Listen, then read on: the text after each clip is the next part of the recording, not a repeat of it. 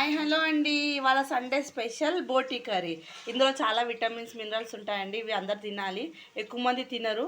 ఇది క్లీనింగే చాలా టైం పడుతుంది. దీన్ని మంచిగా క్లీన్ చేసుకొని మనం బాయిల్ చేసుకొని కర్రీ చేద్దాం. టమాటా వేసి ఫ్రై లాగా చేద్దాం. ఓకేనా ఫ్రెండ్స్? అయితే ఉడుకుతుందండి. ఇక్కడ మనం పక్కన కుక్కర్ పెట్టి ఇందులో మనము సాజీర వేసి ఉల్లిపాయలు వేసామండి. ఇది కొంచెం ఫ్రై అయ్యాక ఇందులో టమాటో ఇది కొంచెం గోల్డ్ కలర్ వచ్చాక ఫ్రై చేద్దాం. బోటి ఉడుకుతుంది కదండి. ఇక్కడ పక్కన కుక్కర్ పెట్టి ఇందులో ఆయిల్ వేసి సాజీరా, ఆనియన్స్, కొంచెం కరివేపాకు వేసి ఫ్రై చేస్తున్నామండి. ఇది కొంచెం గోల్డ్ కలర్ వచ్చాక ఫ్రై చేద్దాం. ఆనియన్స్ కొంచెం బ్రౌన్ కలర్ అయిందండి. ఇప్పుడు ఇందులో మనము అల్లం వెల్లుల్లి పేస్ట్ వేద్దాము. కొంచెం ఎక్కువ వేద్దాము. నాన్ వెజ్ కదా, ఫ్రెష్ వేస్తే ఇంకా బాగుంటుంది టేస్ట్. ఇది బాలింతలు తింటే బాగుంటుందండి. బాగా ఫీడింగ్కి మిల్క్ వస్తుంది. పసుపు,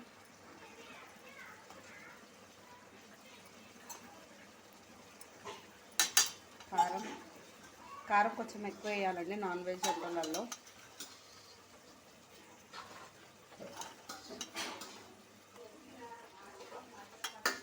ఇవన్నిటిని మిక్స్ చేయాలి. మిక్స్ చేసామండి. ఇప్పుడు ఇందులో మనం సాల్ట్ వేయలేదు. టమాటోస్ వేద్దాము. టమాటోస్ సన్నగా తరిగిన టమాటోస్, కొంచెం కొత్తిమీర ఎక్కువ వేయాలండి నాన్ వెజ్లలో, కొత్త స్మెల్ రాకుండా. టమాటో ఎక్కువ రేట్ అయిపోయిందండి. సాల్ట్ వేద్దాము. సాల్ట్ కొంచెం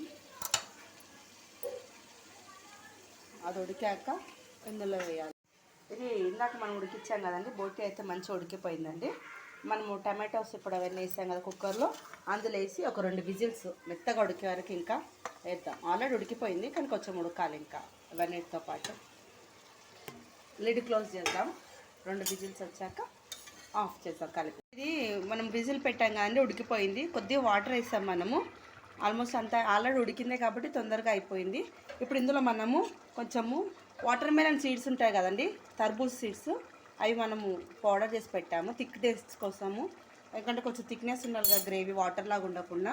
ఇప్పుడు ఇందులో కొత్తిమీర వేసేసి కలిపి స్టవ్ ఆఫ్ చేసేసేయాలి. వేడి వేడిగా మన బోటి ఫ్రై కాదు, కర్రీ కాదు, మొత్తం బాగుంటుందండి. ఒకసారి ట్రై చేయండి మీరు కూడా. వీడియో నచ్చితే లైక్ చేయండి, షేర్ చేయండి, సబ్స్క్రైబ్ చేయండి. ఓకేనా ఫ్రెండ్స్? మీరు సబ్స్క్రైబ్ చేసిన వాళ్ళందరికీ థ్యాంక్ యూ సో మచ్.